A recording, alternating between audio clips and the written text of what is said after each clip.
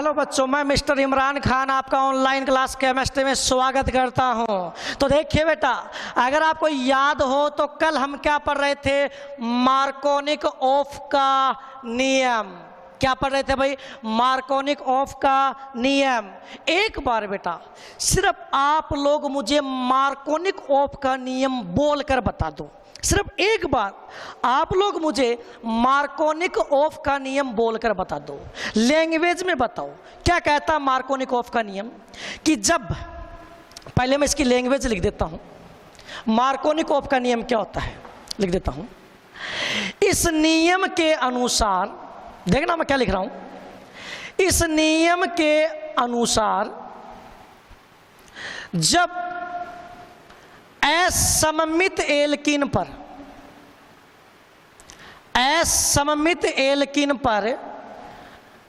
HX का योग किया जाता है तो क्या कहा मैंने? इस नियम के अनुसार जब असममित एल्कीन पर HX का योग किया जाता है तो हैलोजन परमाणु यानी कि अक्स, हैलोजन परमाणु द्विबंधित कार्बन में से उस कार्बन पर जुड़ता है जिस पर हाइड्रोजन की संख्या कम हो। यही मार्कोनिक ऑफ का नियम है। एक बार बोलो बेटा, एक बार मेरे साथ साथ बोलो मार्कोनिक ऑफ का नियम क्या है। बोलो, मार्कोनिक ऑफ के नियम के अनुसार जब असममित एल्कीन पर HX का योग किया जाता है तो हैलोजन परमाणु द्विबंधित कार्बन में से उस कार्बन पर जुड़ता है जिस पर हाइड्रोजन की संख्या कम हो। जैसे मैंने आपको कल एग्जाम्पल बताया भी था। जैसे मैंने एग्जाम्पल क्या लिया था भाई? CH3 CH double bond CH2 propane. ये असममित एल्कीन है भाई, और इस पर किसका योग करना है भाई? HX का योग करना है।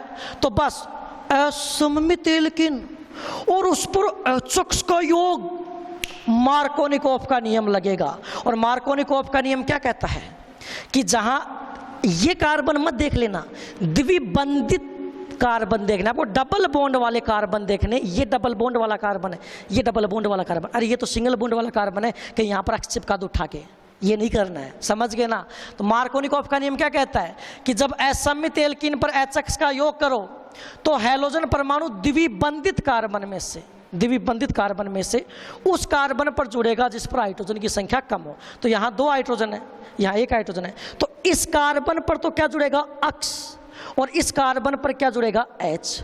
और ये है क्या? एल्कीन। एल्कीन मुख्य रूप से कौन सी अभिक्रिया देते हैं? इलेक्ट्रॉन स्नेही योगात्मक अभिक्रिया। और इलेक्ट्रॉन स्नेही योगात्मक अभिक्रिया में क्या होता है? एक पाई बॉन्ड है वो तो टूट जाता है और 2 नए सिग्मा बंध बन जाते हैं। तो ये पाई बंध आपको तोड़ देना है, तो तोड़ो। CH3 CH, इस कार्बन की संयोजकता खाली हो जाएगी, और CH2 इस कार्बन की संयोजकता खाली हो जाएगी। और मार्कोनिक ऑफ के नियम के अनुसार यहाँ पे तो क्या आएगा? अक्सर यहाँ पे क्या आएगा? H। ठीक है, और इसका नाम आपने लिखा भी था 2 हेलो प्रोपेन। ठीक। हाँ, अब आपके दिमाग में वो क्वेश्चन आ रहा है कि सर आपने इसी कार्बन पे अक्स लगाया और इसी कार्बन पे एच लगाया, ऐसा क्यों? ये मैंने मार्कोनिक ऑफ के नियम के अनुसार किया है। मैं ये नहीं कह रहा कि इसके प्लस में वो दूसरा उत्पाद नहीं बनेगा, वो भी बन सकता है। आप इस कार्बन पर क्या लगा दो? H, और इस पर क्या लगा दो? अक्स। CH3, यहां पर आपने क्या लगा दिया? CH और यहां पे CH2X। ये क्या? 1 2 3। इसका नाम क्या हो जाएगा भाई? 1 हेलो प्रोपेन। 1 hello propane. ये भी उत्पाद प्लस में बन सकता है, लेकिन ये तो क्या होगा? मुख्य उत्पाद मार्कोनिक ऑफ के नियम के अनुसार। और ये क्या होगा? अल्प उत्पाद, बहुत ही कम मात्रा में बनेगा। और समझ गई नहीं समझ गए, कोई दिक्कत है क्या? और मैं चाहूँगा ये प्लस वाला उत्पाद तो आपको बनाना ही नहीं है, आपको तो ऐसे रिएक्शन कंप्लीट करनी आनी चाहिए। क्या मार्कोनिकॉफ का नियम समझ में आ गया क्या? बहुत अच्छी बात है भाई, मार्कोनिकॉफ का नियम आपके समझ में आ गया। अगर मार्कोनिकॉफ का नियम यदि आपके समझ में आ गया है तो अब एक अभिक्रिया आप करके बताओगे मेरे को, ठीक? एक अभिक्रिया आप करके बताओगे। जैसे मान लो फॉर एग्जाम्पल मैंने ये लिख दिया CH3 CH double bond CH2, इस पर मुझे HX की जगह मैंने क्या ले लिया HBr का योग करना है। अरे सर ये तो असममित एल्कीन प्रोपीन, और इस पर किसका योग करे? HBr यानी कि HX, यानी असममित एल्कीन पर HX का योग। तो मार्कोनिकॉफ का नियम काम में लेना। और मार्कोनिकॉफ का नियम क्या कहता है?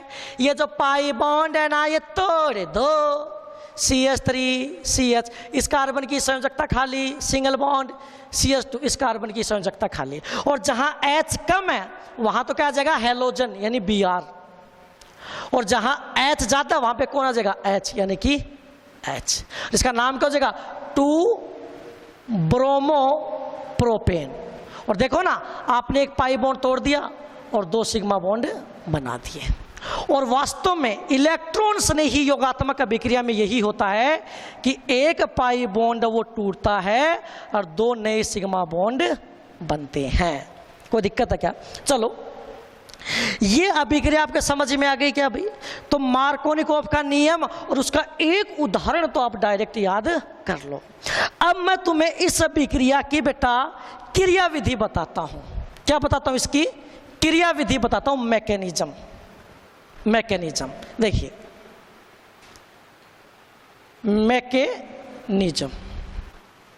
मैकेनिज्म क्रिया विधि। हालांकि एक बात मैं पहले बता देता हूं, इस अभिक्रिया की क्रिया विधि हमारे सिलेबस में नहीं है। तो जिन बच्चों के समझ में आए तो बहुत अच्छी बात है। अगर जिनके समझ में नहीं आए ना तो वो मार्कोनिकॉफ का नियम और उसका एक एग्जाम्पल याद कर लेना। लेकिन जिसके क्रिया विधि समझ में आ जाए तो बहुत अच्छी बात है। लेकिन आपकी जानकारी के लिए बता दूं, इसकी क्रिया विधि हमारे सिलेबस में नहीं है, लेकिन मैं आपको बता रहा हूं, ठीक है?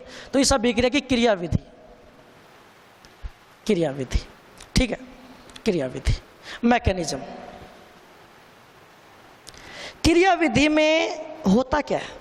अरे क्रिया विधि का मतलब ये है कि इस अभिकारक से ये उत्पाद कैसे बन गया, यानी अभिकारक से उत्पाद बनने तक का स्टेप टू स्टेप वर्णन क्रिया विधि कहलाता है, ठीक है? और एक बात बताऊं क्या, क्रिया विधि में मुख्य रूप से 3 ही चीज होती है। अभिकारक अभिकर्मक के साथ रिएक्शन करता है, मध्यवर्ती बनता है, फिर वो जो मध्यवर्ती बनता है ना वो उत्पाद में चेंज होता है। डायरेक्ट अभिकारक उत्पाद में चेंज नहीं होता। हालांकि बहुत सारी अभिक्रियाएं ऐसी होती हैं जिनमें अभिकारक डायरेक्ट उत्पाद में बदल जाता है, लेकिन नॉर्मली ये देखा गया है पहले जो अभिकारक है वो मध्यवर्ती इंटरमीडिएट में चेंज होता है, फिर वो मध्यवर्ती उत्पाद में चेंज होता है। तो मैं इस अभिक्रिया की तुम्हें क्या बता रहा हूं, क्रिया विधि, कि इस अभिकारक से वो उत्पाद आपने कैसे बना दिया। तो देखो, एक बात मैं आपको बता देता हूं, जब भी आप किसी भी अभिक्रिया की क्रिया विधि स्टार्ट करो तो सबसे पहले तुम्हें यह देखना है कि उस अभिक्रिया में आपने कौन सा रिएजेंट, कौन सा अभिकर्मक काम में लिया। तो बताओ कौन सा अभिकर्मक काम में लिया आपने? HBr। तो HBr क्या है? हाइड्रोब्रोमिक अम्ल। अरे HBr क्या है? जैसे HCl क्या होता है? हाइड्रोक्लोरिक अम्ल। तो HBr क्या है? हाइड्रोब्रोमिक अम्ल। और अम्ल का काम क्या होता है? लपक के H+ आयन देना। तो बताओ बेटा, ये HBr जल्दी से क्या देगा? H+ और प्लस में क्या निकलेगा? Br-। यानी ये HBr, अरे ये रिएजेंट अभिकर्मक 2 चीज देगा, एक तो H+ और एक Br-, यानी एक तो देगा इलेक्ट्रॉन स्नेही इलेक्ट्रोफाइल, वो तो कौन है H+। और एक कौन देगा नाभिक स्नेही न्यूक्लियोफाइल, और वो कौन है Br-। तो सबसे पहला काम, जब भी आप किसी भी रिएक्शन का मैकेनिज्म लिखो तो सबसे पहले तुम रिएजेंट लिखो अभिकर्मक।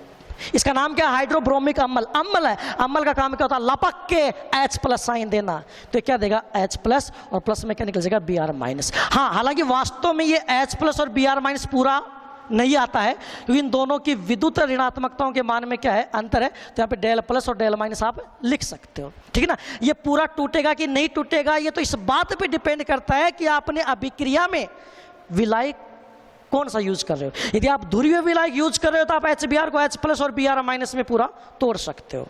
लेकिन अगर आपने अध्रुवीय विलायक यूज किया है तो फिर H पे Δ+ और Br पे क्या आएगा? Δ- आएगा। इन बातों को आप छोड़ो, आप तो दिमाग में एक छोटी सी बात सेट कर लो, और वो ये है, हमें इस अभिक्रिया का मैकेनिज्म, क्रिया विधि पढ़नी है, ठीक है।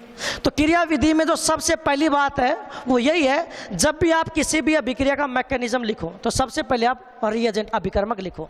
आपने क्या लिखा? HBr। अब HBr तो क्या? हाइड्रोब्रोमिक अम्ल है। अम्ल का काम क्या होता है? लपक के H+ साइन देना। तो HBr ने लपक के क्या दिया? H+ और प्लस में क्या निकला? Br-। और वैसे रिएजेंट है, हर रिएजेंट दो ही चीज़ देगा आपको, एक तो इलेक्ट्रोफाइल, एक न्यूक्लियोफाइल, ठीक है। अब एक बात बताओ, आपने अभिक्रिया में अभिकारक कौन सा ले रखा है? प्रोपीन।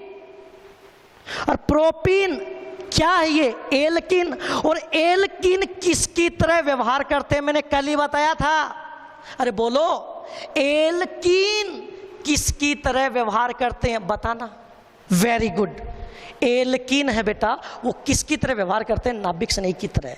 तो इस रिएजेंट ने जैसे ही एक क्या दिया? इलेक्ट्रोफाइल, और एक क्या दिया? न्यूक्लियोफाइल।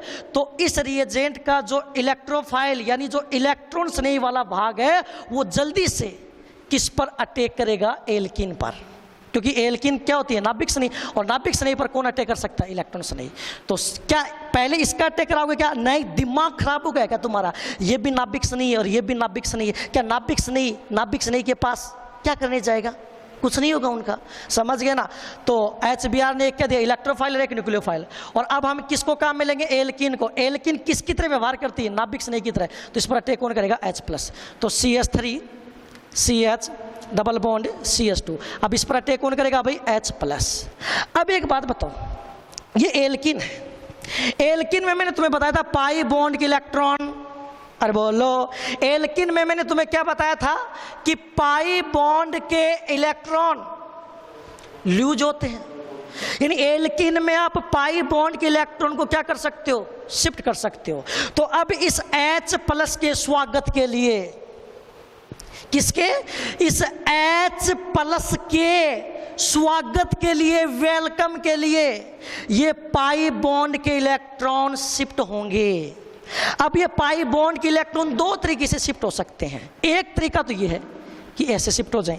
अगर ये ऐसे शिफ्ट होंगे तो इस पे क्या आएगा? प्लस, और इस पे क्या आएगा? माइनस, और माइनस पे कौन अटैक कर देगा? H+। क्या बन जाएगा? CH3 CH+ और CH3 क्या बन गया? कार्बोकैटाइन। और कौन सा? 2 डिग्री कार्बोकैटाइन। लेकिन एक तरीका ये भी तो था ना, ऐसे भी तो हो सकता था कि CH3 CH double bond CH2 plus H+। अब इस H+ के स्वागत के लिए क्या पता ये पाई बॉन्ड के इलेक्ट्रॉन ऐसे शिफ्ट हो जाते। तो इस पे क्या था? माइनस, और इस पे क्या था? प्लस। अगर इस पे माइनस आता तो इस पे अटैक करता ये, तो क्या बनता? CH3 CH2 और CH2+। ये क्या बनता? 1 डिग्री कार्बोकैटाइन। लेकिन ये ऊपर वाली स्टेप सही है और नीचे वाली स्टेप क्या है? गलत है। क्यों? क्योंकि जो 2 डिग्री कार्बोकैटाइन, अरे 11th में पढ़ा आपने, जो 2 डिग्री कार्बोकैटाइन है वो 1 डिग्री कार्बोकैटाइन की तुलना में ज्यादा स्थायी होता है। तो और वास्तव में ये जो कार्बोकैटाइन बना ना, यही इस अभिक्रिया में मध्यवर्ती है। अगर आपसे कोई पूछे ना कि इस अभिक्रिया में मध्यवर्ती कौन है, तो कार्बोकैटाइन। कौन है? कार्बोकैटाइन। ऊपर वाली स्टेप सही है, नीचे वाली स्टेप गलत है। यानी यहां से कॉन्सेप्ट भी बनाया, पाई बॉन्ड के इलेक्ट्रॉन को उस साइड शिफ्ट करेंगे। क्या कहा मैंने? पाई बॉन्ड के इलेक्ट्रॉन को, किसको? पाई बॉन्ड के इलेक्ट्रॉन को उस साइड शिफ्ट करेंगे जिस साइड से ज्यादा स्थायी कार्बोकेटाइन बने। आपको ये तो समझ में आ गया नहीं 2 डिग्री कार्बोकेटाइन क्यों है?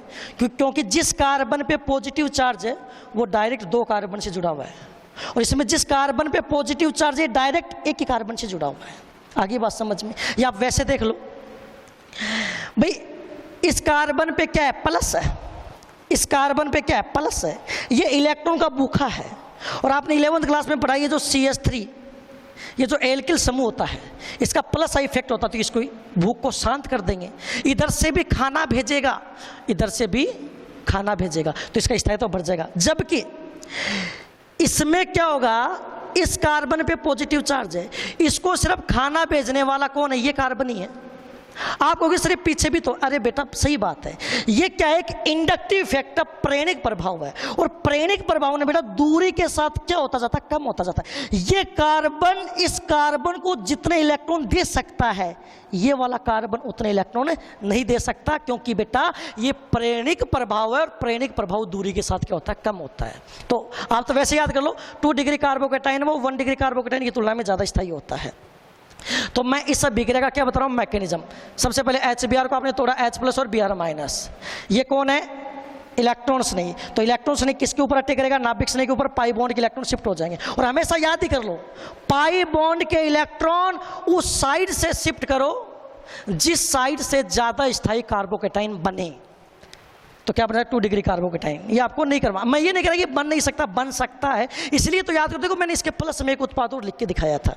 ठीक है, 2 स्टेप हो गई। अब 3rd स्टेप में क्या होगा? ये जो कार्बोकेटाइन बना है, ये जो कार्बोकेटाइन बना है CH3, CH+ और CH3, इस पर बताओ कौन अटैक कर देगा? Br-, यहां पे लिख देता हूं Br-, ऐसे लिख रहा हूं। ये Br-, चलो नेगेटिव वाला किसके ऊपर अटैक करता है? पॉजिटिव के ऊपर। और क्या बन जाएगा? CH3, CH, Br और CH3। यही सब विक्रिया की क्या हो गई भाई? मैकेनिज्म। यही सब विक्रिया की क्या हो गई? क्रिया विधि हो गई। अरे कोई दिक्कत वाली बात है क्या? कोई दिक्कत वाली बात नहीं है। अरे आगे क्या बात समझ में? तो ये बेटा इस सब विक्रिया की हमने क्या सीख ली? क्रिया विधि। तो ये तो था बेटा मार्कोनिकॉफ का नियम। मैं वापस बोल रहा हूं, मार्कोनिकॉफ का नियम याद करने की बजाय यदि आप इसकी क्रिया विधि को समझ लोगे ना तो ज्यादा बेस्ट रहेगा, क्योंकि पहले मैकेनिज्म आई है, बाद में नियम बनाया गया है। मैंने क्या कहा?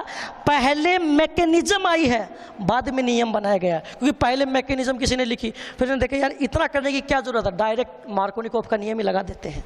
और समझ गए ना? तो पहले मैकेनिज्म आई है, बाद में मार्कोनिकॉफ का नियम आया। हाँ, हालांकि आप मार्कोनिकॉफ का नियम और उसका एक एग्जाम्पल याद कर लो, आपका तो काम हो जाएगा। अरे कोई दिक्कत है क्या? मैंने इसकी आपको क्या बता दी भाई? क्रिया विधि। ये तो था मार्कोनिकॉफ का नियम।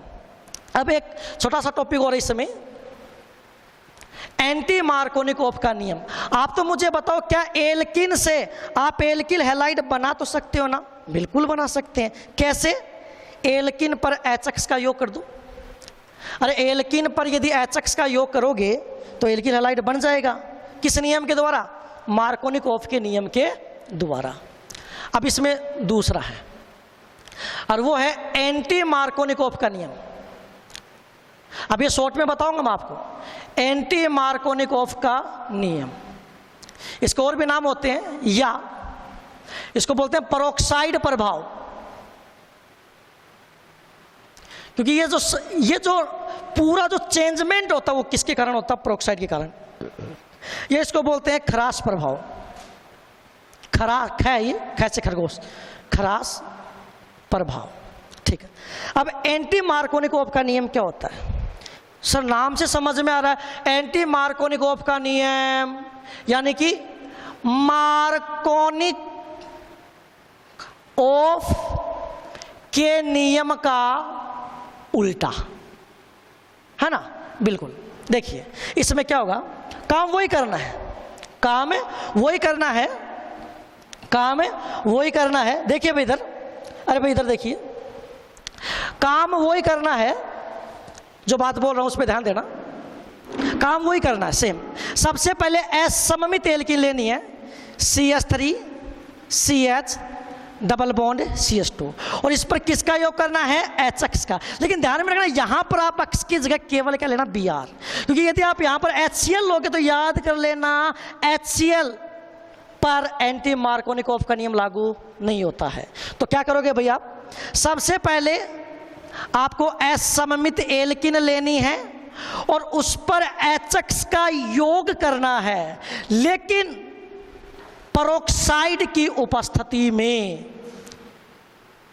और पेरोक्साइड को आप शॉर्टकट में ROR या कोई भी पेरोक्साइड आप यूज कर सकते हो। तो जब असममित एल्किन पर